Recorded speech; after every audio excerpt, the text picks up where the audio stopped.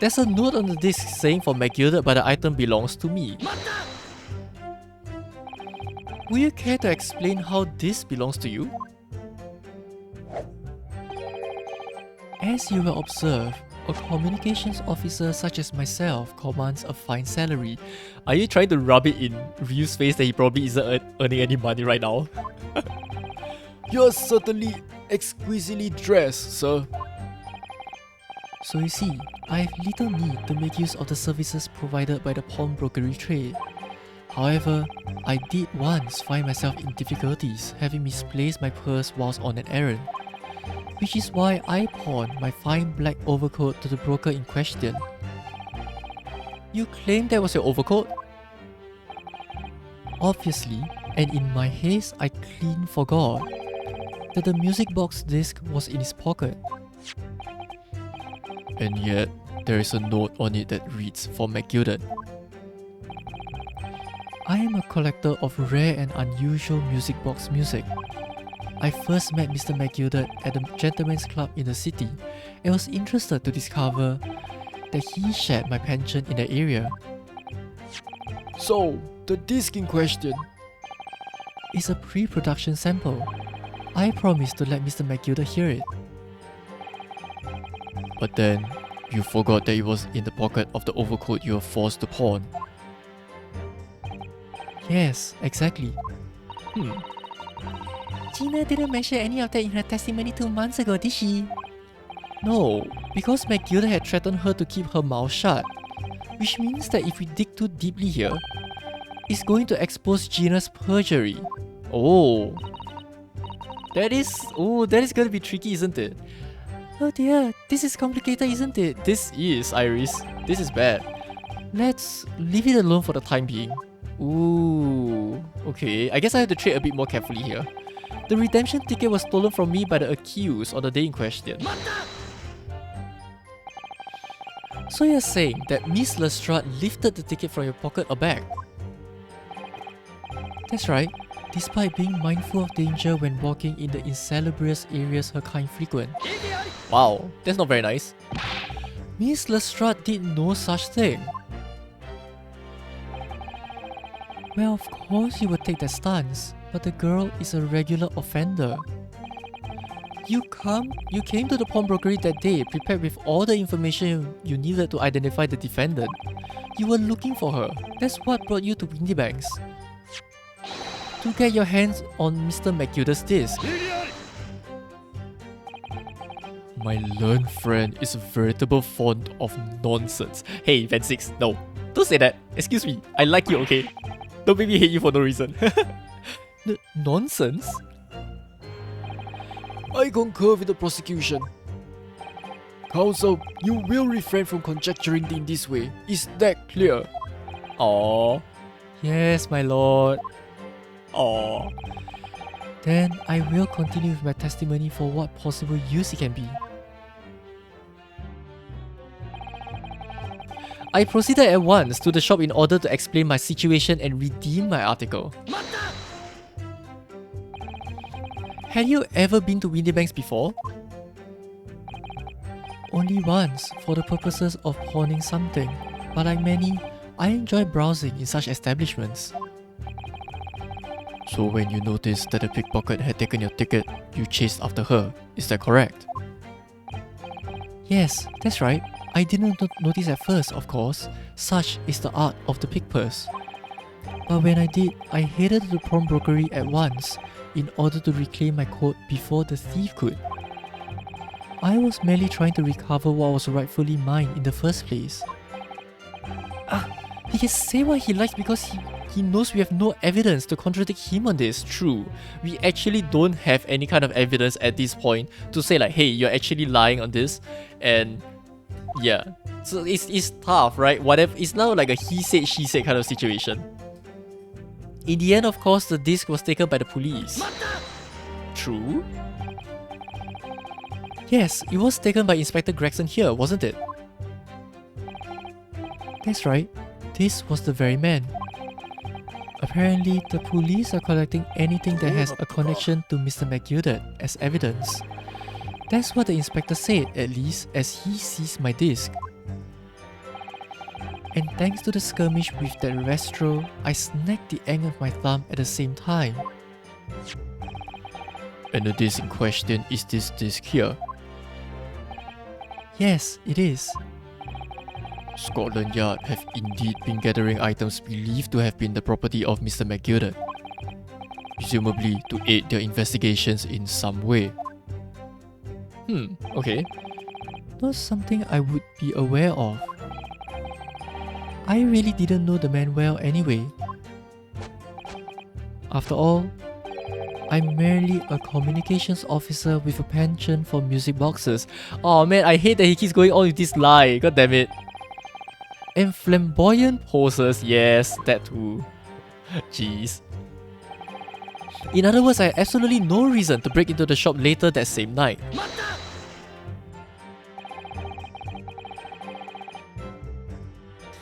But perhaps he had seen something of value among the forfeited items? No, not at all. Oh. A valuer was brought in by the police to assess everything in the shop. Without exception, every article on the shelves was common or garden bric-a-brac. In that case, it's clear that you broke into the shop later that day in order to recover Mr. McGilded's disc.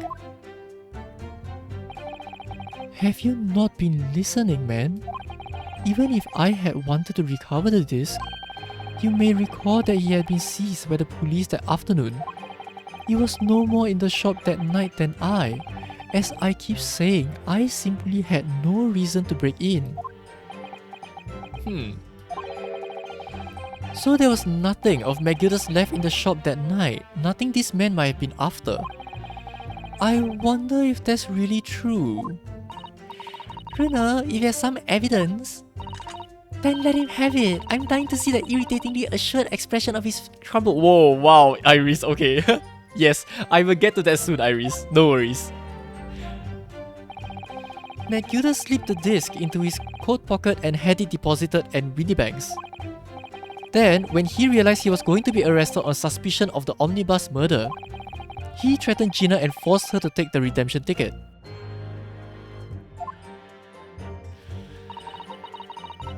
There's no doubt about it, that Venus is lying through his pearly white teeth. Yes, it's very white. The police were obviously after anything left behind by McGilded as well. That's why Inspector Gregson ended up taking the disc into custody that day. But Grexy's being very strange about all this. There must be a reason for that, I'm sure. I just don't know what it is. Yeah, Gregson is being surprisingly tight-lipped in a sense. For now, I need to focus on exposing the fact that Mr. Graydon is lying in his testimony. Okay, let's get to that statement where Gregson responded, and let's get to it.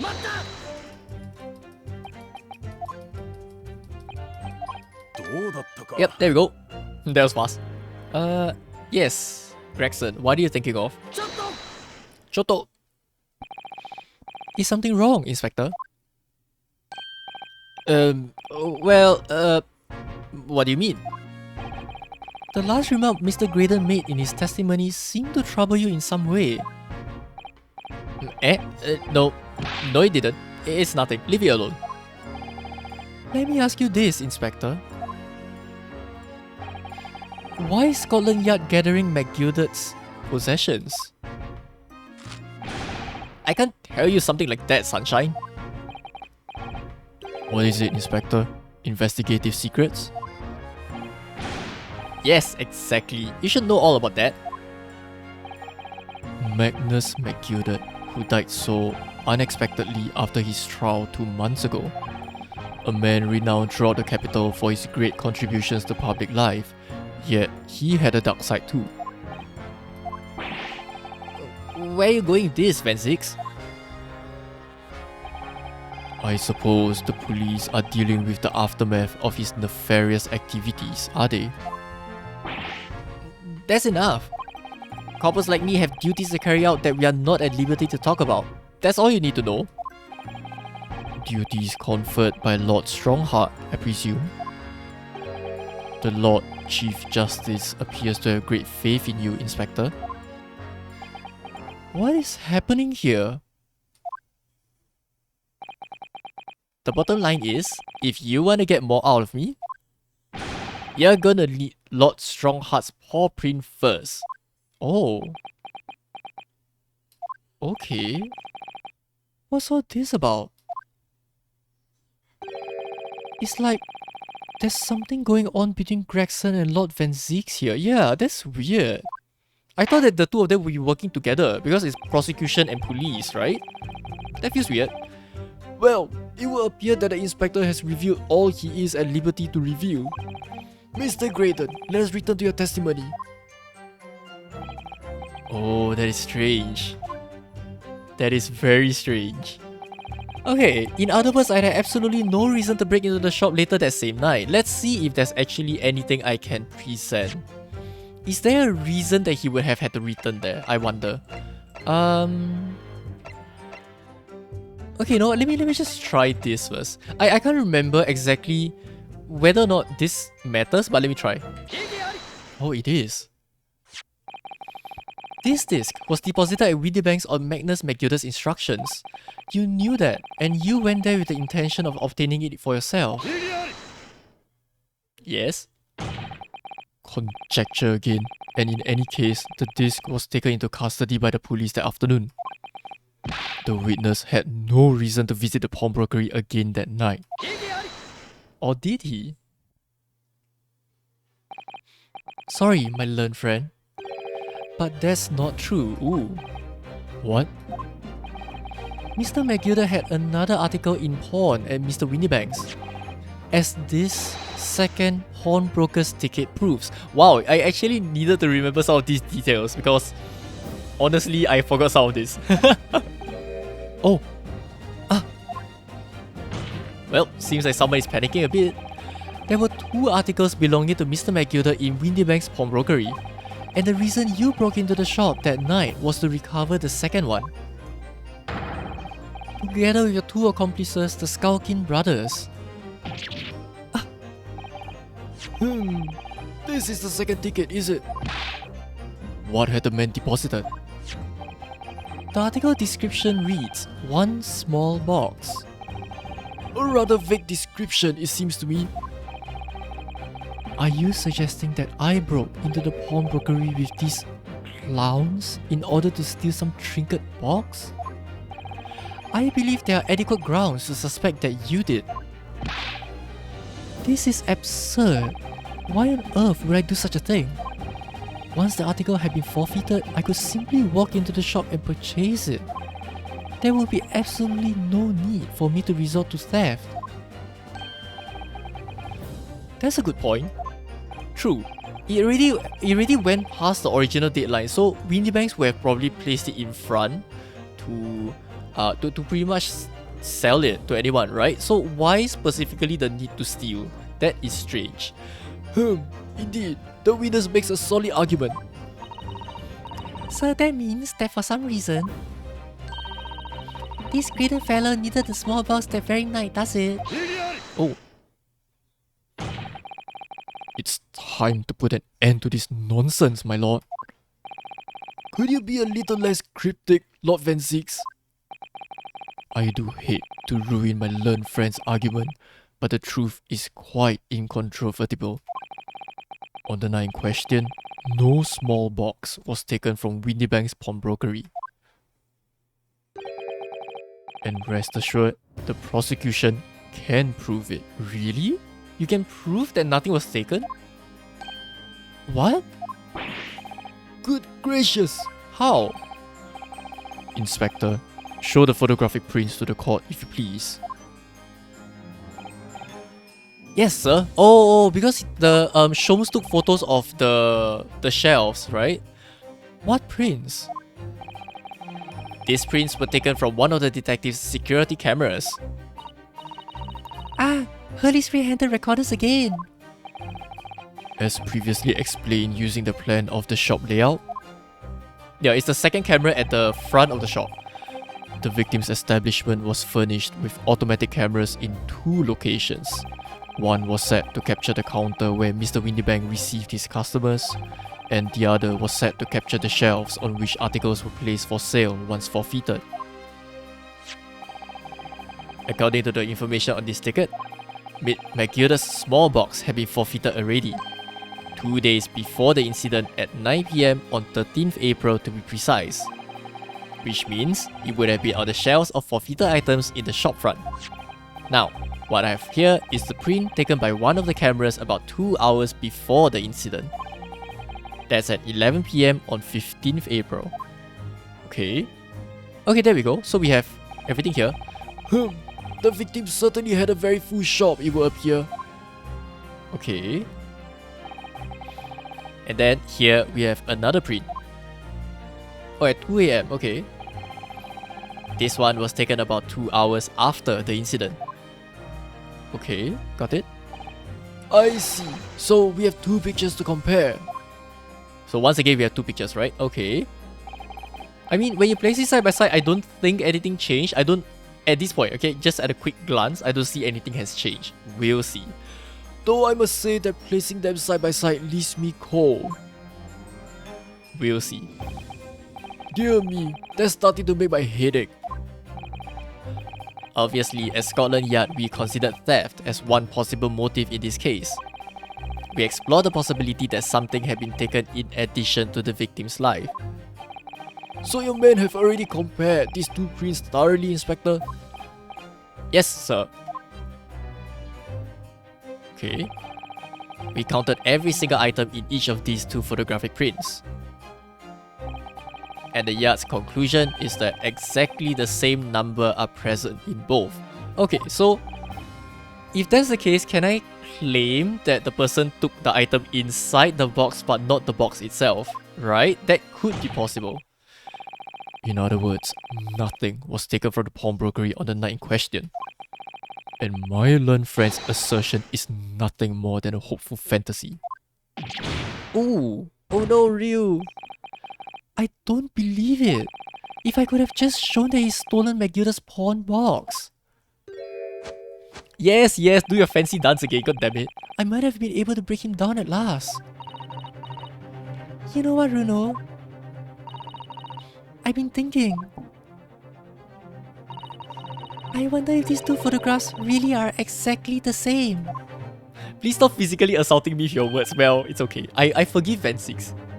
What? Oh. So, counsel, in the light of the evidence put forward by the prosecution, what is your position? It seems that in fact, on the night in question, nothing was stolen from the victim's establishment. Do you accept the prosecution's assertion? I don't know. Could there be some hidden discrepancy in these two photographic prints somewhere? Can I use a piece of evidence? Before I give my answer, my lord, I'd like to try something if I may. Try something? What do you mean, counsel?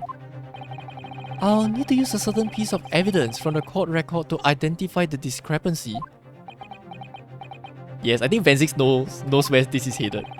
I'm not entirely sure I follow. It's okay. Judge, I'll tell you. Which piece of evidence do you intend to use to help you identify a discrepancy between the two prints? I would like to use the stereoscope, please. I cannot cross my eyes like I've told you guys many times, so I'm just going to use this instead. I like to use this device, my lord, to view the two prints stereoscopically. Ooh! Yes! You've caught the bug at last! You can't resist it, can you? Oh my goodness. Fine, yes. You've got a cross-eye compulsion. No, I don't have it. Juror number 3, what a surprise. Well, it's fine. He's just fascinated by stereoscopes. It's fine. Come on, Runo. Let's put the pictures in place and see what this wonderful contraption shows us. Okay, let's do it. There we go. Now look through the eyepiece. Okay, what are we going to see? Oh! Ah! I wasn't sure at first, but there is a clear discrepancy between these two prints. What? You must identify the location in question for the court, counsel. Oh wow, thanks. Indicate the precise location of the discrepancy of which you speak. I mean, thanks game for highlighting it to me. I'm guessing that if without a stereoscope, if you did it by yourself, you will have fun like pressing the appropriate box. But like I said, I can't do that cross-eyed thing, so fine, I'll present this. Granted, these two prints are almost identical. However, there is one minor discrepancy between them. What? When you view the two pictures stereoscopically... Oh, the thing does get moved or something, I guess. I suppose. Oh wow, there's a very big zoom in, thank you. A single area stands out as being different. The location of this small box. This theme though is so damn good. Oh, yep. Oh, hi. Let me... Wait. Unbelievable. Wow. Here we go again. By Jove, you're right. How extraordinary. What this tells us is very simple. Mr. McGilded's small box was indeed not stolen from Windybanks on the night in question. However, there can be no doubt that somebody picked up this particular box and then returned it to its place on the shelves. Are you suggesting that the small box originally deposited by McGilded is in fact... Yes, the very same small box I just identified in those photographic prints.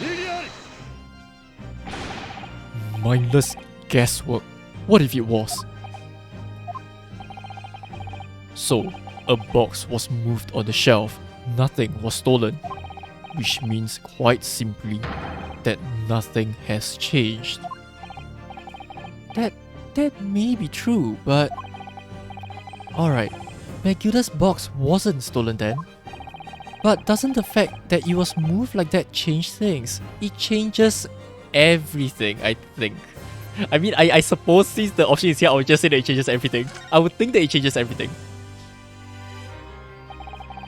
I believe this changes everything about the case. How can that possibly be? The crucial point is the fact that what was moved was a small box. In other words, we have to consider what might have been inside that box. What are you suggesting? Ooh. I'm suggesting that we need to examine that box as soon as possible. A vital piece of evidence is sitting on the shelves at Windybanks as we speak. Is it still inside though? That won't be necessary. Some little box belonging to a man who died 2 months ago can't possibly be relevant to this trial. The court does not uphold your objection, Lord Van Zeeks. Bailiff, arrange for your officer to go to Baker Street at once. Obtain the small box in question and bring it back here for further examination. Oh wow. Where exactly is this trial headed though? Gosh. It feels so strange. I feel as though I'm nowhere near the answer yet. Or why all this is happening.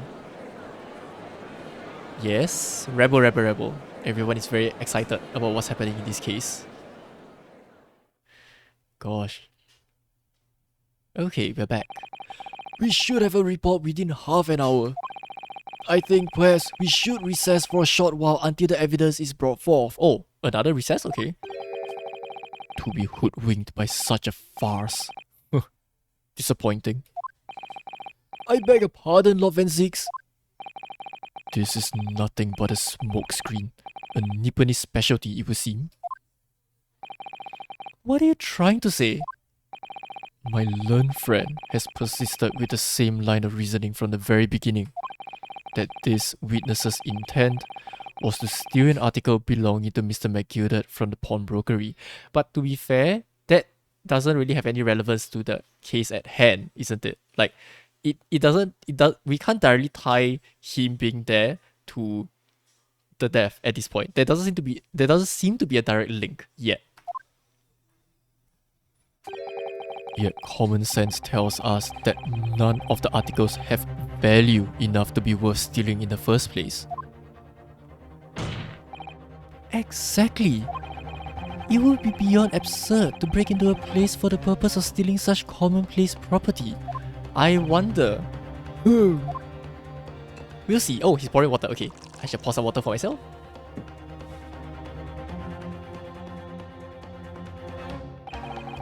If your lordship recalls, Mr. McGilded perished 2 months ago immediately after the conclusion of his trial.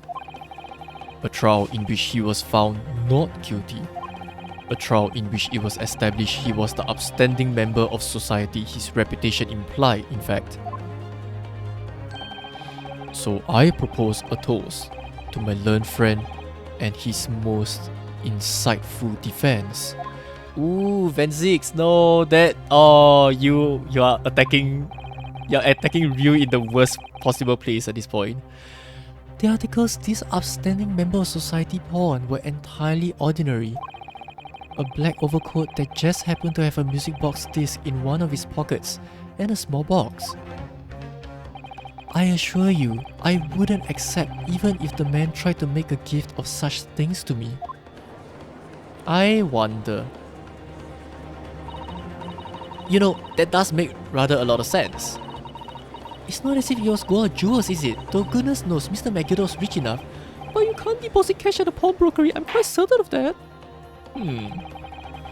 The prosecution's argument is undeniably compelling.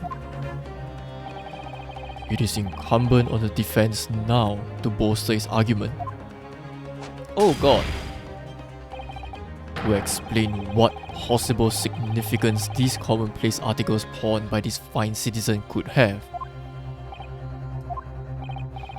Well, counsel, is your argument in fact demonstrable? Are you able to show proof that the disc or the box are in any tangible way related to this case? Well, I don't think I can, not at this point of time. what's the matter, Runo? We know that they're related, don't we? They're both vital pieces of evidence. Yes, of course. You and I both know that. We know McGilded's true character, and we know the disc is significant even if we don't know why. But if we explain all that to the court at this point, we'll have to acknowledge that McGilded's acquittal 2 months ago was a mistake. That the defense's argument was flawed, based on false information. Oh no! And that would mean admitting that Gina committed perjury. Oh god, this is a tricky part now. But Ginny... Could it be that Venzix knows? Is that why he's doing this now? Because he anticipated everything? But maybe... This could be a great opportunity for us. Sorry? What do you mean, Iris? Well, what is it that you always say, Runo? Sooner or later, the truth comes out, every time. Oh. Alright, the exact significance of the things that McGilded deposited with Mr. Windybank is something that only Gina can explain to the court. But if I put her on the stand to testify about that, it could critically damage our chances of winning this case.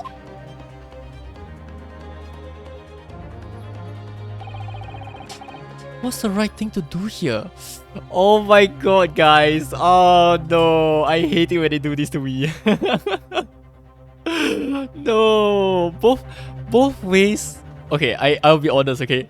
Both ways have their own issues at this point. If you have Gina testify, then obviously the truth comes out earlier.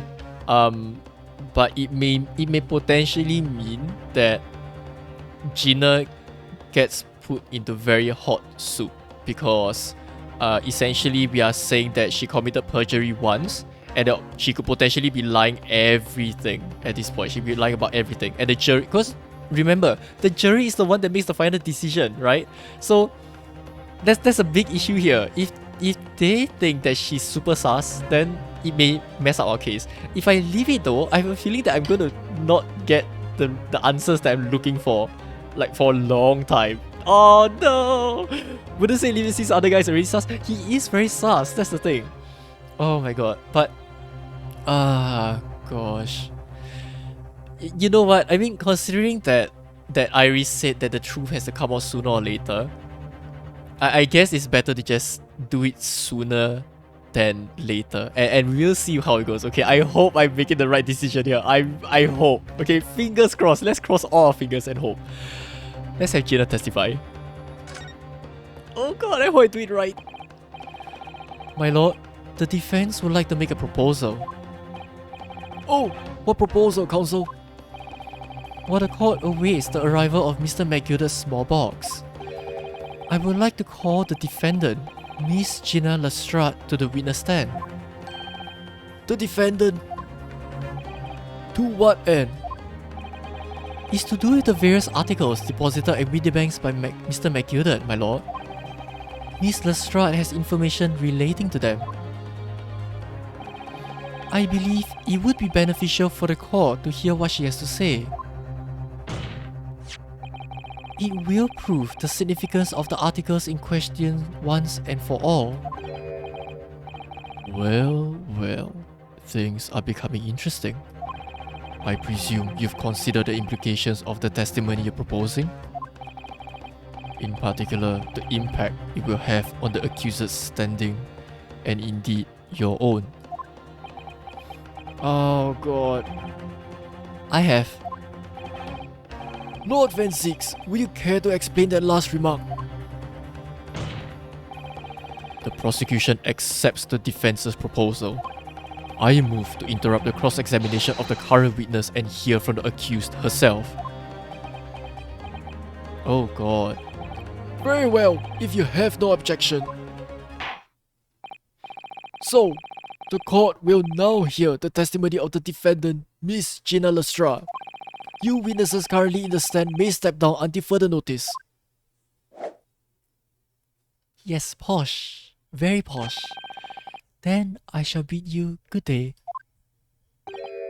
Wait. You, sir, shall remain in the stand while Miss Lestrade testifies. Oh. As you wish. Alright then, Gina, it's time.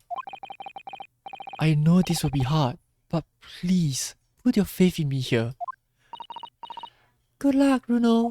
Oh god, I hope that this goes well. Hi Gina, are you ready for this? I'm not ready. The articles that Mr. McGilded had deposited in Windybank's pawnbrokery are intimately related with the omnibus case, the trial of which was heard in this courtroom 2 months ago. Yes, and I remember this young lady being brought before me in that trial as well. That's right, my lord. Her testimony helped to establish the innocence of the defendant, Mr. McGilded. Gina, the omnibus case was intriguing to say the least. And now here, we all are again, the same players in that trial facing each other once more. A twist of fate perhaps, my Nipponese friend. I guess the truth has to come out eventually, right? Allow me to recap the events of 2 months ago. An old brickmaker was stabbed to death in an omnibus running along London's winter streets. Yep, thrice fired Mason. Apart from the victim, there was only one other person in the carriage, Mr. McGilded. Naturally, he was the prime suspect for the murder. But as the trial progressed, another possibility emerged. That the murder in fact took place above the defendant's head on the roof deck, with the body then being dropped through the skylight into the carriage below. It was Miss Lestrade whose testimony brought that possibility to light. At the time of the incident, Miss Lestrade was concealed under the seat in the carriage, hoping to pick the pockets of unsuspecting passengers. Yep, but then unfortunately McGilded was sitting on where she was hiding, right? Then, immediately after the trial, having been acquitted of the murder, the fire happened. Mr. McGilded died in this very courtroom in the most extraordinary of circumstances. Man, we have seen this picture so many times. A mystery that remains unsolved even now, 2 months on. As indeed does the omnibus murder itself. Be that as it may, I recall neither the disc nor this small box being mentioned in the course of those proceedings. Miss Lestrade. Gina? Will you tell the court now, please? What really happened in the omnibus 2 months ago, I mean? I don't know what you mean. I already said all of what I know. And what about everything you told us yesterday from inside your prison cell? Uh-oh. Please, Miss Lestrade, this is extremely important. But... Remember, little girl, if it transpires that you willfully withheld information in the trial 2 months ago, the Home Office will seek to prosecute you for perjury. Ooh. And naturally, you will lose all credibility as a witness. Although, let's face facts, you have little credibility to lose. Aw man, Van Zix. I mean, I understand what he means. It's unfortunate. Ginny, don't listen to him. Please, you have to trust Bruno now. Iris, we are on your side. Yes, Gina, please trust us, please. Alright then, I'll talk. It's the right choice, Gina. Well, it would seem that my learned friend is hell-bent on bringing the entire courtroom down about his years. So be it. I must confess that I'm struggling to understand what on earth is happening here. Yeah, unfortunately, I think that only the judge is kind of like out of the picture here. Van Zix knows what's happening. Iris knows what's happening. Ryu knows what's happening. Gina knows what's happening. But he's just there to preside over the case, right? So, oh well. However, it will appear that Mr. McGilded's porn articles and that extraordinary case of the omnibus harbor secrets of which we have been hitherto unaware. So, Miss Lestrade, you will now give your testimony before the court about the events 2 months ago. You will reveal the truth, a commodity sorely lacking in your original statements. Oh. Ouch. This is it then. Everything's going to come out. Like Van Zix said, this could bring the whole courtroom down about my years, but as a lawyer, I'm prepared to take that risk. Let's go, I guess. Witness testimony. The real truth of the omnibus case. Truth is that Brickmaker Cove was in the cabin of the omnibus the whole time. When the Irishman dragged me out from under the seat, I saw that disc on the floor. All of a sudden, I heard a scream from over me 8 and that pair on the roof deck went off to call the slops. That's when Mr. McGilded slipped the driver something to do a run to the pawn shop roundabout. He threatened me not to snitch, not to say nothing to no one about what I seen or heard. Oh. Pretty short testimony, but it reveals a lot of things. Good grief, this is outrageous!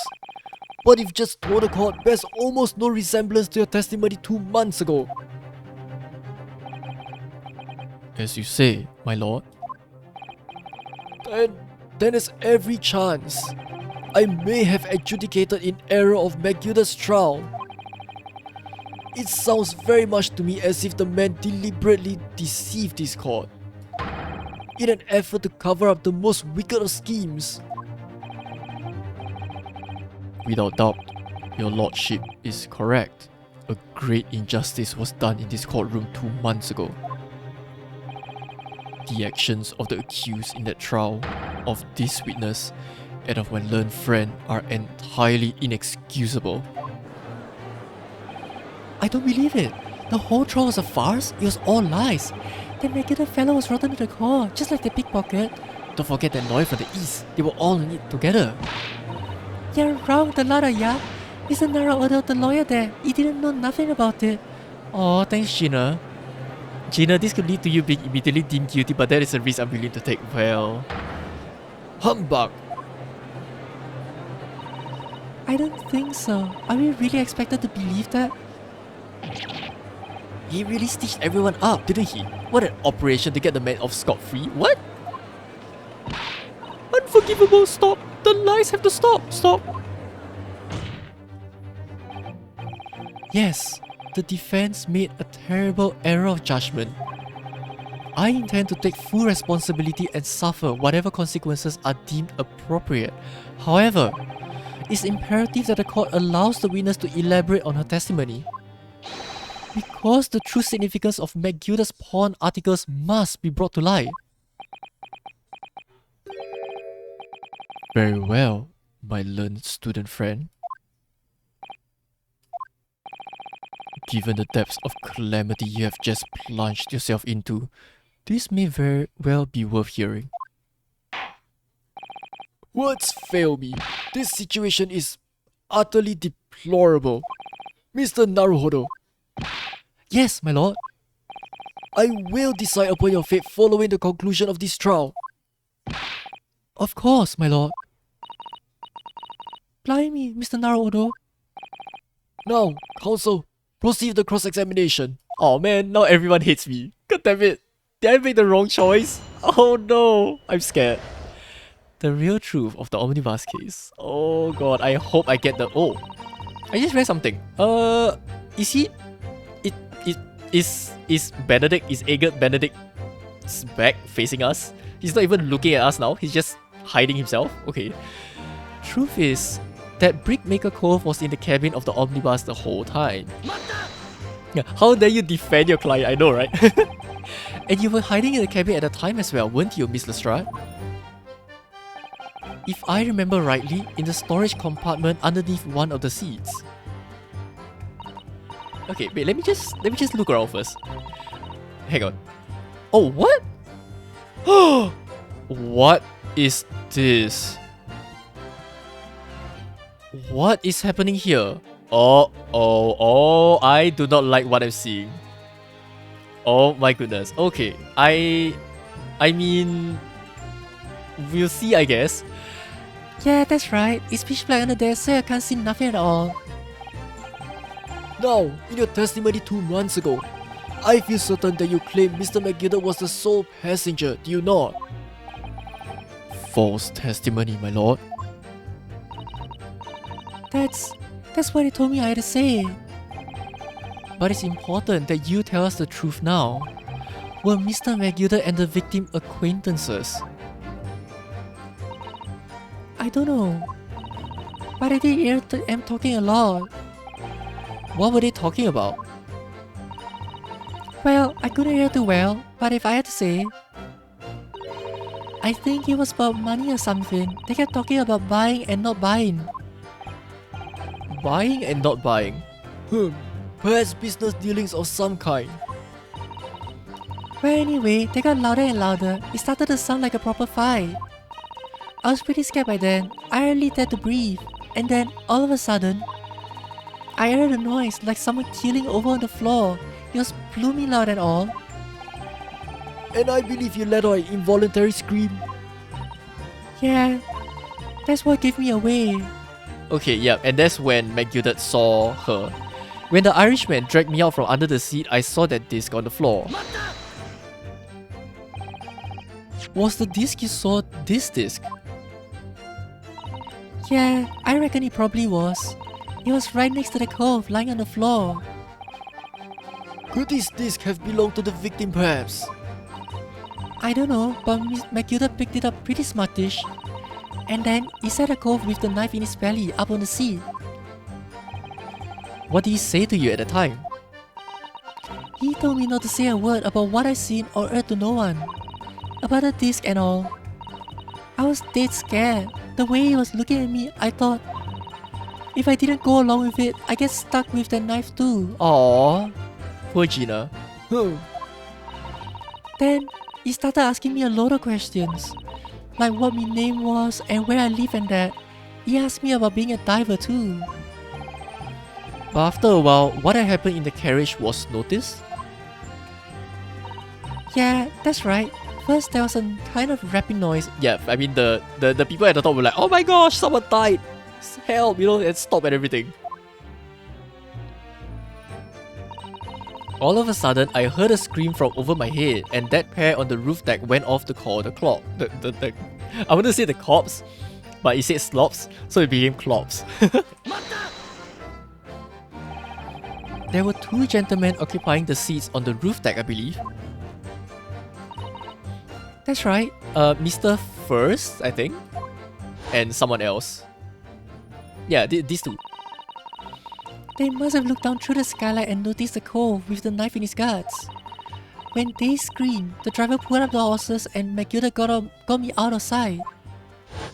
Ah, yes, the coconuts. What? Out of sight? Where? Back under the seat where I started off. And they're still discussing here. Jeez. Once the carriage came to an halt, the two cows from the roof ran off to fetch the slops.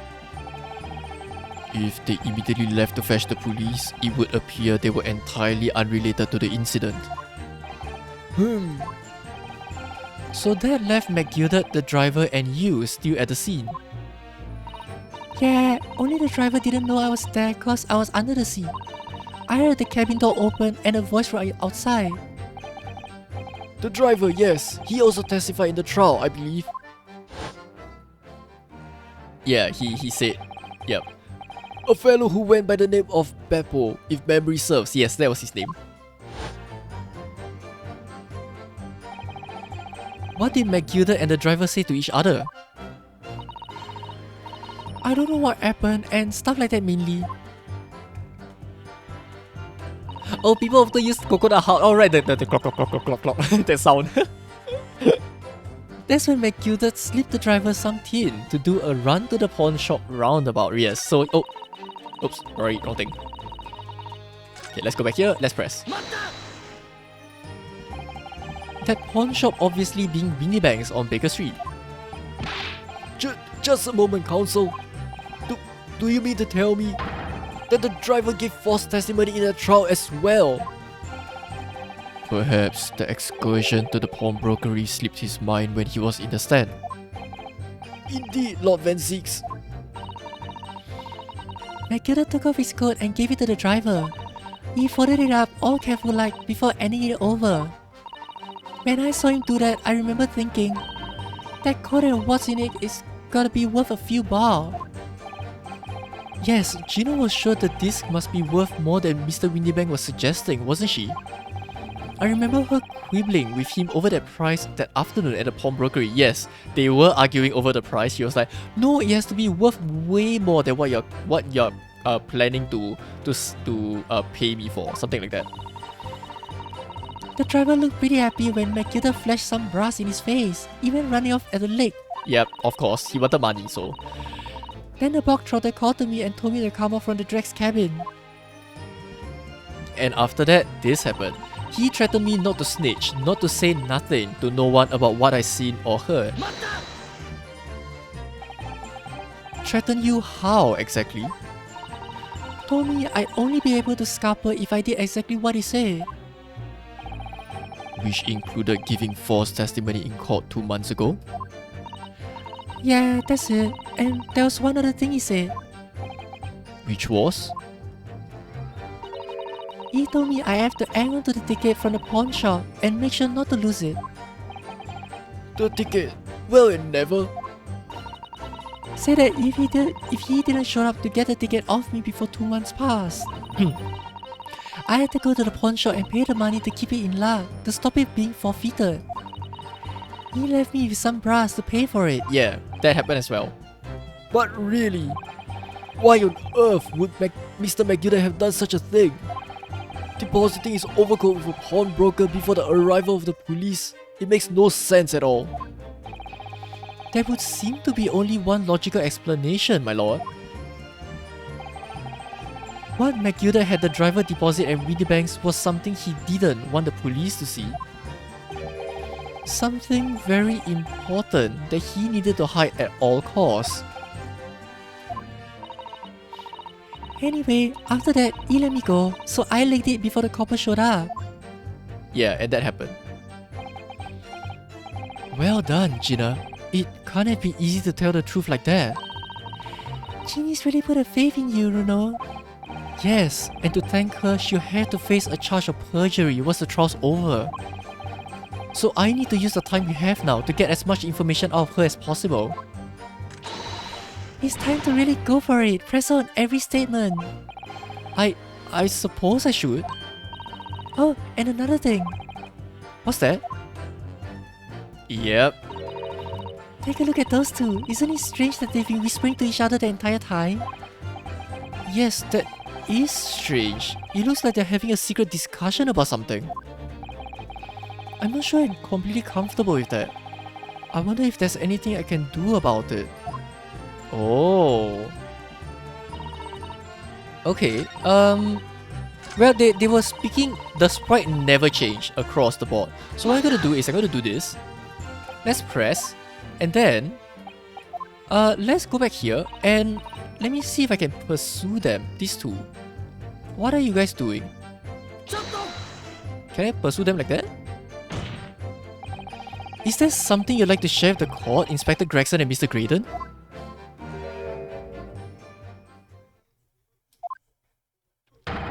Inspector! Mr. Graydon! What? Blimey! You're trying to give me a heart attack?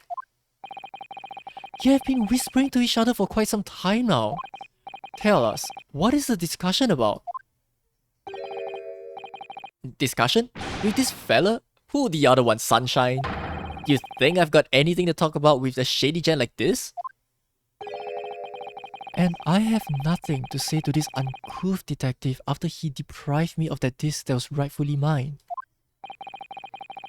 But they've clearly been talking the entire time I've been cross-examining Gina. It's as if they've been negotiating. What? Negotiating what? Thank you, Miss Lestrade. Thank you, Counsel. I've heard enough. I believe we now have a reasonable understanding of what actually transpired on the omnibus. It would appear on the night 2 months ago, a negotiation was taking place on the omnibus. A negotiation concerning this disc. However, matters did not run smoothly. When the parties involved began to quarrel over price, McGilded took what he wanted by force, at the expense of the other man's life. Which proves my point that this is clearly extremely valuable in some way. Although I don't understand why as yet. And 2 days ago, precisely 2 months after the omnibus incident, McGilded's coat and its contents were due to be forfeited. I didn't know what I should do with the ticket. I mean, the Cove died right after his trial. I knew that. So you decided you would try to claim the articles as your own. Well, why not, eh? They were only gonna be forfeited. Why should I have got them? Why shouldn't I have got them? Anyway, you can't blame me for thinking about it. Thinking ain't no crime. True, Gina. Thinking about it is not a crime. Realistically, Gina would not suffer a charge of perjury because she was being intimidated. True. In this case, I believe she should be fine, but it depends on the circumstances that they look at to determine a perjury charge, I guess. Miss Lestrade, it will appear Mr. McGilded was prepared to kill in order to take possession of this disc. Do you know why that would be? Eh? I ain't got a clue. But I reckon it must be worth a fair bit of brass. He was probably gonna sell it. And yeah, I can't blame you for thinking that. Thinking ain't no crime. True, thinking is not a crime. Oh, my lord. Oh, the evidence your lordship requested has been located and is ready for the court's inspection, sir. Oh, here we go. Ooh, what is gonna happen? What is going to happen? I wonder what is inside the box. The mysterious little box deposited by McGilded 2 months ago. There's no doubt in my mind that it's a key piece in this far-reaching puzzle. Ooh, what exactly is inside the box? I want to know. To be continued.